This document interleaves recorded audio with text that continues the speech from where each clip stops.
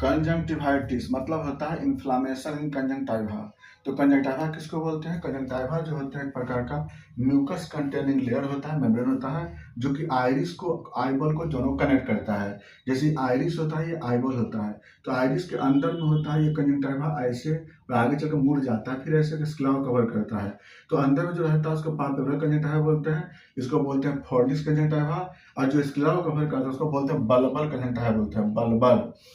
Same उसी तरह से नीचे में भी ऐसे ही होता है, ये पाल्पेब्रल कंजंक्टिवा हो गया, ये फोर्निस कंजंक्टिवा हो गया, और यहाँ से यहाँ रहता है उसको बोलते हैं बल्बल कंजंक्टिवा। कंजंक्टिवा जो होते हैं वो आपको कॉर्निया को कवर नहीं करता है, कॉर्निया को छोड़ के स्क्लेरा को कवर करता है वहाँ पे। अब चलिए, तो इसी में होता है जब इन्फ्लामेशन होता है तो उसको कंजंक्टिवाइटिस बोलते हैं। ये क्यों हो जाता है इन्फ्लामेशन?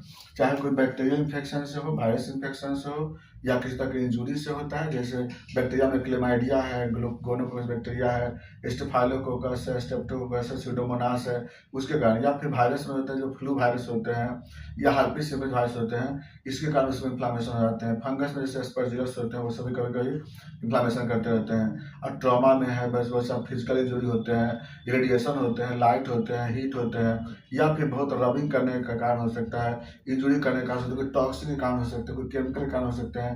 एलर्जिकल कंजंक्टिवाइटिस होते हैं, एलर्जी कारण जो होते हैं उसको बोलते हैं एलर्जिकल कंजंक्टिवाइटिस बोलते हैं।